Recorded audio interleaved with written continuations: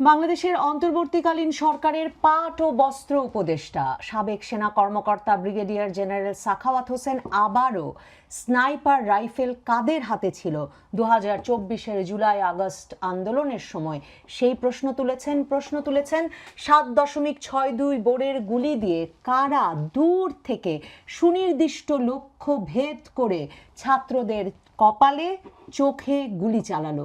এই প্রশ্নগুলো তিনি আবারও তুলতে বাধ্য হয়েছেন এমন একটা অবস্থায় যখন আপনাদের কারোরই ভুলে যাবার কথা নয়, 8ই আগস্ট ইউনূস সরকার যখন ক্ষমতা গ্রহণ করেছিল, শপথ নিয়েছিল, তখন এই সাবেক সেনা কর্মকর্তা ব্রিগেডিয়ার জেনারেল সাখাওয়াত হোসেনকে স্বরাষ্ট্র উপদেষ্টা পদে নিয়োগ দেওয়া হয়েছিল এবং স্বরাষ্ট্র উপদেষ্টা পদে নিয়োগ পাওয়ার পরই তিনি 11 তারিখ মানে 8 তারিখ তিনি শপথ নিলেন, 11 তারিখ তিনি আহত আনসার সদস্যদের দেখতে গিয়ে বেরিয়ে এসে সংবাদ মাধ্যমের সামনে বলেছিলেন যে আনসার সদস্যদের 7.62 বোরের গুলি চালিয়ে আহত করলো কারা। তিনি বলছিলেন যে তিনি দেখছেন বেশিরভাগ পুলিশ এবং আনসার সদস্যই আহত হয়েছেন 7.62 বোরের গুলি দিয়ে এবং আনসার সদস্যদেরকে তাদের কম্পাউন্ডের ভেতরে ঢুকে কেউ না কেউ 7.62 বোরের গুলি চালিয়ে মানে স্নাইপার রাইফেল দিয়ে হতাহত করে দিয়ে গেছে।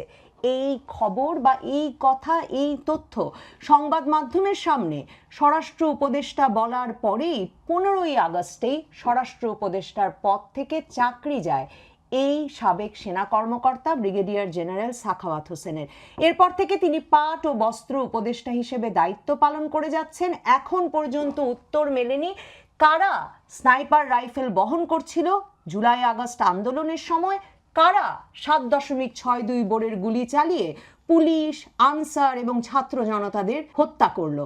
দেখুন, 1 বছর বাদে সাখাওয়াত হোসেন, ব্রিগেডিয়ার জেনারেল সাখাওয়াত হোসেন, যিনি ন্যায়নিষ্ঠ, সৎ, স্পষ্টভাষী হিসেবে নিজের কর্মগুণেই সেনা কর্মকর্তার পদ থেকে অবসর নেওয়ার পর সিভিলিয়ান পরিসরেও একটা নাম করেছেন, একটা গ্রহণযোগ্যতা পেয়েছেন, তিনি সম্ভবত বিবেকের তাড়নায় না পেরে 1 বছর বাদে আবারও সেই প্রশ্ন তুলেছেন এবং এবার আরও সুনির্দিষ্ট অভিযোগ করেছেন। তবে এবার তিনি সংবাদ মাধ্যমের সামনে কে স্নাইপার বুলেট দিয়ে এত ছাত্র মারলো সেই প্রশ্ন করেননি। তিনি তার জন্য একটা নিরাপদ পরিসর বেছে নিয়েছেন।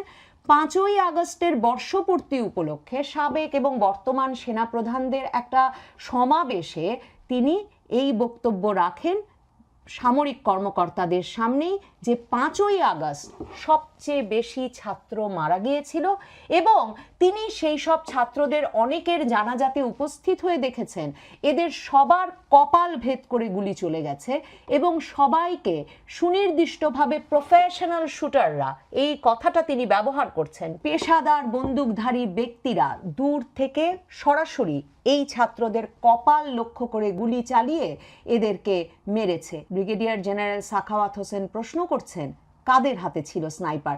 শুনে আসি তিনি কি বলছেন সেনা কর্মকর্তাদের সমাবেশে। 5th of August, maximum snipers killed the leaders of the student leaders. They were all shot here. What it seemed, they were totally professional snipers, could not have been only the Bangladeshi police. সেনা কর্মকর্তাদের নিজেদের মধ্যে আলাপের ক্ষেত্রে প্রায়শই যেটা হয়, তারা বেশিরভাগ সময়ই প্রায় পুরো বক্তব্যই ইংরেজিতে রাখেন। কাজেই আমি এই পুরো বক্তব্য আপনাদেরকে না শুনিয়ে যা তিনি মোদ্দা কথা বললেন সেটা যদি আবারও উল্লেখ করি এবং সেটা বিশ্লেষণের চেষ্টা করি, তাহলে দেখবেন এই যে ব্রিগেডিয়ার সাখাওয়াত হোসেন বলছেন যে সরাসরি কপাল লক্ষ্য করে স্নাইপার চালানো হয়েছে এবং তিনি স্পষ্টত যে কথা 11ই আগস্ট 2024 সালে স্বরাষ্ট্র উপদেষ্টা পদে থেকে বলেছিলেন যে এইগুলি তো পুলিশ চালায়নি, তাহলে কারা চালিয়েছে, সে কথাই তিনি আবারও সেনা কর্মকর্তাদের সমাবেশে 2025 সালে এসে 1 বছর বাদে বললেন এবং বললেন এটা তো বাংলাদেশের পুলিশ নয়, তাহলে প্রফেশনাল শুটার হিসাবে স্নাইপার চালালো কারা। দেখুন, বাংলাদেশের পুলিশের কি দূর থেকে স্নাইপার চালানোর অভিজ্ঞতা বা এই ট্রেনিং থাকবার কথা? বাংলাদেশের পুলিশ রাজপথে টহল দেয়। স্নাইপার চালাতে হয় দূর থেকে, একটা দূর পাল্লায়, মানে আপনি সুনির্দিষ্ট লক্ষ্য ভেদ করে কাউকে খুন করবেন সেই উদ্দেশ্যে। এই স্নাইপার রাইফেল কেনই বা পুলিশের প্রশিক্ষণে থাকবে, আর কেনই বা শত শত হাজার হাজার পুলিশ সদস্যকে এই ট্রেনিং দিয়ে রাজপথে ছেড়ে দেওয়া হবে আর তাদের হাতে স্নাইপার থাকবে? এই কথাগুলো যে বিশ্বাসযোগ্য নয় সেটা সাবেক সেনা কর্মকর্তা যেমন বোঝে সেনাবাহিনী। সেনা কর্মকর্তা এরপর আরও বিস্ফোরক তথ্য দিয়েছেন। ব্রিগেডিয়ার জেনারেল সাখাওয়াত হোসেন এরপর এই বক্তৃতাতেই বলেন 4 আগস্টের 4 তারিখ তিনি এবং সাবেক সেনা কর্মকর্তাদের একটা দল বেরিয়েছিলেন এবং মহাখালীতে শাহীন কমপ্লেক্স পর্যন্ত তারা গিয়েছিলেন। মহাখালীর শাহীন কমপ্লেক্সের সামনে হাঁটতে হাঁটতে তারা যখন গিয়ে পৌঁছন তখন তার কাছে সেনা গোয়েন্দা সংস্থা থেকে ফোন আসে যে স্যার, আপনি স্নাইপারের নিশানার মধ্যে আছেন, আপনি টার্গেটের মধ্যে আছেন, আপনি দ্রুত ওই এলাকা ত্যাগ করুন। ব্রিগেডিয়ার সাখাওয়াত প্রশ্ন করছেন 4 তারিখেই বা কাদের কাছে স্নাইপার ছিল যারা ব্রিগেডিয়ার সাখাওয়াতকে মানে ক্যান্টনমেন্টের দোরগোড়ায় এই মহাখালীর শাহীন কমপ্লেক্সের সামনে তাকে স্নাইপারের নিশানার মধ্যে নিয়ে এলো এবং তাদেরকে লক্ষ্য করে গুলি চালাতে পারে এমন একটা সম্ভাবনার বা বিপদের সৃষ্টি করলো যে ব্রিগেডিয়ার সাখাওয়াত বলছেন তখন এই ফোন পেয়ে তিনি দ্রুত ওই এলাকা তার সঙ্গীদের সহ ত্যাগ করেন। ব্রিগেডিয়ার সাখাওয়াত সেজন্যই বলছেন এ কারণে আমি ফার্স্ট ইনস্ট্যান্সেই মানে প্রথম সুযোগ পেয়েই স্নাইপার রাইফেল এবং প্রফেশনাল শুটাররা কোথা থেকে এসেছিল, পেশাদার অস্ত্রধারী প্রশিক্ষিত অস্ত্রধারীরা কোথা থেকে এসেছিল, স্নাইপার কি করে সিভিলিয়ানদের হাতে ঢুকলো, এই প্রশ্নগুলো স্বরাষ্ট্র উপদেষ্টার দায়িত্ব পেয়ে প্রথম সুযোগেই করেছিলাম। এরপর তিনি তার সাবেক সহকর্মীদের বর্তমান সহকর্মীদের উদ্দেশ্যে একরকমের হতাশ হয়ে বলেন যাই হোক, তদন্ত এখনো হয়নি, এ বিষয়ে কোনো এনকোয়ারি এখন পর্যন্ত হয়নি। সাবেক সেনা কর্মকর্তা এবং সেনাবাহিনী সেনা গোয়েন্দা সংস্থাগুলো জেনে গিয়েছিল যে সারা বাংলাদেশ জুড়ে বাংলাদেশের আওয়ামী লীগ সরকারের চোখ ফাঁকি দিয়ে তাদের সকল রকমের আইন শৃঙ্খলা রক্ষাকারী বাহিনীর নিরাপত্তা বেষ্টনী পেরিয়ে বাংলাদেশে শত শত হাজার হাজার আমি জানি না লাখ লাখ স্নাইপার রাইফেল ঢুকে পড়েছিল। বাংলাদেশে পেশাদার অস্ত্রধারীরা সে সময় রাজপথ দখল করে ফেলেছিল। সেটা কি একটা কারণ ছিল কেন সেনাবাহিনী সে সময় সিদ্ধান্ত নিল যে তারা এই আন্দোলন দমনে আর রাজপথে থাকবে না? প্রশ্ন ওঠে এটাই কি একটা কারণ 5ই আগস্টের পর যখন 5ই আগস্ট যখন সেনাপ্রধান ওয়াকারুজ্জামান সংবাদ মাধ্যমের সামনে এসে বললেন আপনাদের জান মালের দায়িত্ব নিলাম আমি, তারপর থেকে আমরা দেখছি সেনাবাহিনী একরকম নিষ্ক্রিয় নিস্পৃহ এবং ভীষণভাবে ভীত বাংলাদেশের রাজপথে বাংলাদেশে যে কোনো রকম আইন শৃঙ্খলা পরিস্থিতি দমনে। কারণ সেনাবাহিনী জানে যে বাংলাদেশে এখনো স্নাইপার রাইফেল এবং পেশাদার অস্ত্রধারীরা রয়ে গেছে। দেখুন, আমাকে বলতে আসবেন না এই স্নাইপার রাইফেল বা এই পেশাদার অস্ত্রধারীরা আওয়ামী লীগের গুন্ডা ছিল। আওয়ামী লীগ যুবলীগ ছাত্রলীগের হাতে সে সময় যদি এমন শত শত হাজার হাজার স্নাইপার থাকে তাহলে 5ই আগস্ট গৃহযুদ্ধ লেগে যাওয়ার কথা। মানে স্নাইপার রাইফেল আমার হাতে থাকবে আর আমি কোনো মতে দুর্গম সীমান্ত পাড়ি দিয়ে পাশের দেশে গিয়ে আশ্রয় নেব, কিংবা আমি বাড়িতে থাকবো, সে বাড়ি আপনি আসবেন, এসে কোনো রকম হতাহতের ঘটনা ছাড়া পুড়িয়ে দেবেন, গুড়িয়ে দেবেন, সারা বাংলাদেশ জুড়ে যা হয়েছে। এবং অনেক ক্ষেত্রে আওয়ামী লীগের নেতা এবং তার পুত্র একসঙ্গে এক বাড়ির আঙিনায় পিটিয়ে মারা হয়েছে। কাজেই বলবেন না দয়া করে বা ভাববেন না এমন বোকার মতো কোনো তত্ত্ব বিশ্বাসযোগ্য হতে পারে যে সে সময় এই স্নাইপার রাইফেল বা পেশাদার অস্ত্রধারীরা আওয়ামী লীগের নেতাকর্মী ছিল। তাহলে কাদের হাতে ছিল? কারা বাংলাদেশের আইন শৃঙ্খলা রক্ষাকারী বাহিনীর চোখ এড়িয়ে আওয়ামী লীগ সরকারের চোখ এড়িয়ে এই ঘটনা ঘটাতে পারলো? সেই জবাবদিহি আওয়ামী লীগ সরকারকে নিশ্চয়ই করানো প্রয়োজন ছিল। কিন্তু সে কারণেই কি এখনো সেনাবাহিনী এতটা ভীত, নিস্পৃহ এবং নিষ্ক্রিয়?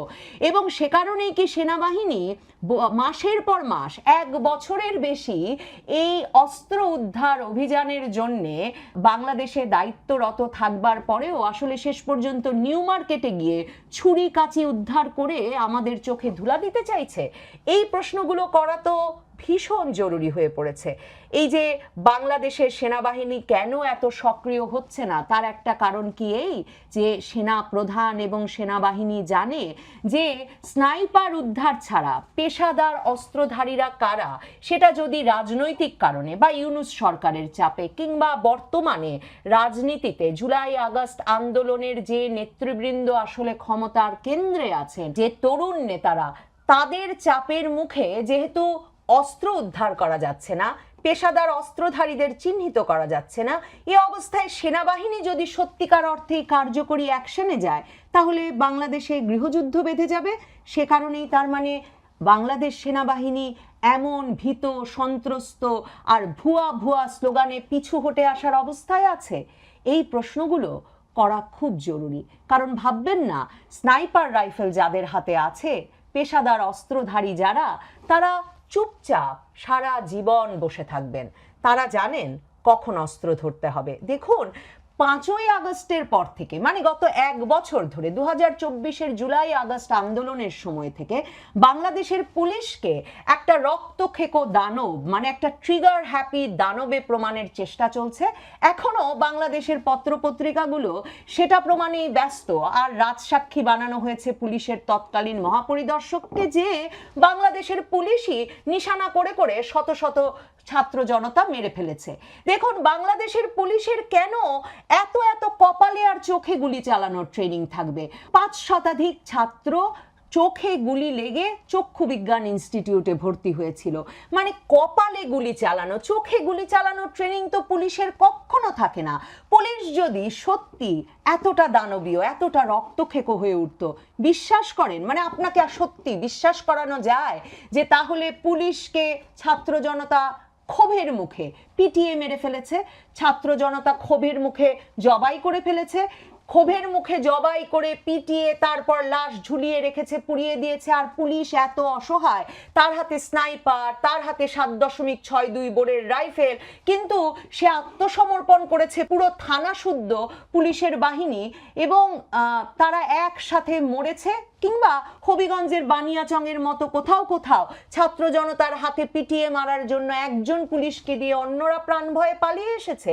তখন কোথায় ছিল তাদের স্নাইপার, কোথায় ছিল 7.62 বোরের রাইফেল? তাহলে তো থানার জানালা থেকে নিশানা করে একজন একজন করে বিক্ষুব্ধ ছাত্র জনতা পুলিশের পক্ষে মেরে ফেলা সম্ভব হওয়ার কথা ছিল। দেখুন পুলিশকে এই দানব বানানোর চেষ্টার মধ্যে যে কোনো যৌক্তিক বিষয় ছিল না, বরং জুলাই আগস্টে কি ভয়াবহ নৃশংসতার শিকার হয়েছেন তারা, সে প্রসঙ্গে এবি পার্টির নেতা ব্যারিস্টার ফুয়াদের একটা বক্তব্য শুনে আসি। মাত্র 15-20 জন 41 জন পুলিশ সদস্য মারা গেছে এরকম একটা খবর বলেছে। এটা আসলে কয়েকশো মারা গেছে এবং ব্রুটালি মারা গেছে। পুলিশের লোকজন আমাদেরকে বলেছে জবাই করেছে আপনার বিভিন্ন জায়গায় পুলিশ সদস্যদেরকে রাস্তায় ফেলে আন্দোলনকারী লোকরা জবাই করেছে। যাত্রাবাড়িতে একটা লাশ দেখেছে ঝুলিয়ে রেখেছে, এরকম ডজন ডজন লাশ ঝুলায় রাখছে।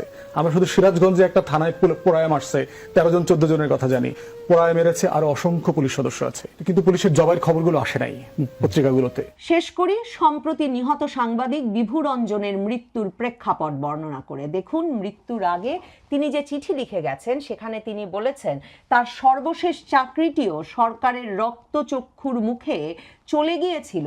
তার কারণ তিনি তার ছাপানো একটা কলামে এমন বক্তব্য তুলে ধরেছিলেন যে জুলাই আগস্ট আন্দোলনের সময় মেটিকুলাস ডিজাইনে জঙ্গিরাও পুলিশদেরকে হত্যা করেছিল। এছাড়াও তিনি বলেছিলেন যে সেনাবাহিনীর ব্যবস্থাপনায় সামরিক হেলিকপ্টারে শেখ হাসিনা বাংলাদেশ ছেড়ে ভারত গিয়েছিলেন। তার মানে এই দুটো প্রশ্ন করলে এখনো মৃত্যু ভয় আছে। স্নাইপারের গুলিতে আপনি নিশানার মধ্যেও যেমন থাকতে পারেন, আপনি থাকতে পারেন সরকারের রক্তচক্ষুর মধ্যে, এবং সরকারি ব্যবস্থাপনায় আপনার জন্য মৃত্যু বা মরণ দশার ব্যবস্থা করা হতে পারে। এই দুটো প্রশ্ন করা কেন কেন এতটা স্পর্শকাতর, সেই প্রশ্নগুলো করা জরুরি। আমাদের জানা জরুরি সাবেক এবং বর্তমান সেনা কর্মকর্তা সামরিক গোয়েন্দা সংস্থার কাছে কি কি তথ্য আছে বা ছিল, যে অবস্থায় তারা এসব সিদ্ধান্ত নিয়েছিলেন, যেসব সিদ্ধান্তে তারা শেখ হাসিনাকে সামরিক হেলিকপ্টারে ভারত পাঠান কিংবা ঠিক করেন যে জুলাই আগস্ট আন্দোলনে তাদের আর সক্রিয় ভূমিকা রাখা ঠিক হবে না, কিন্তু অন্যদিকে সাবেক সাবেক সেনা কর্মকর্তাদের সাবধান করেন যে আপনারা স্নাইপারের নিশানার মধ্যে আছেন। এই তথ্যগুলো জানা খুব জরুরি।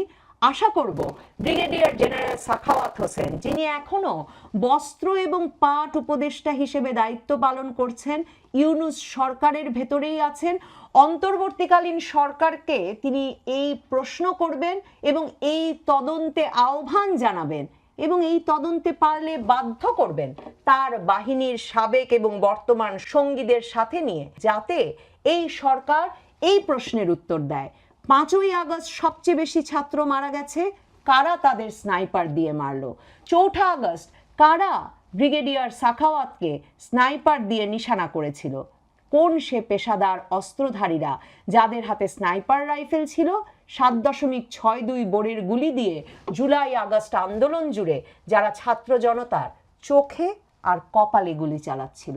এ প্রশ্নের উত্তর ছাড়া পুলিশকে মারলো, পুলিশ এবং আনসারের বুকে স্নাইপার চালালো কারা? এসব প্রশ্নের উত্তর ছাড়া জুলাই আগস্ট আন্দোলনকে মেটিকুলাস ডিজাইন বা ষড়যন্ত্র বলার সুযোগ নিশ্চয়ই থেকে যায়।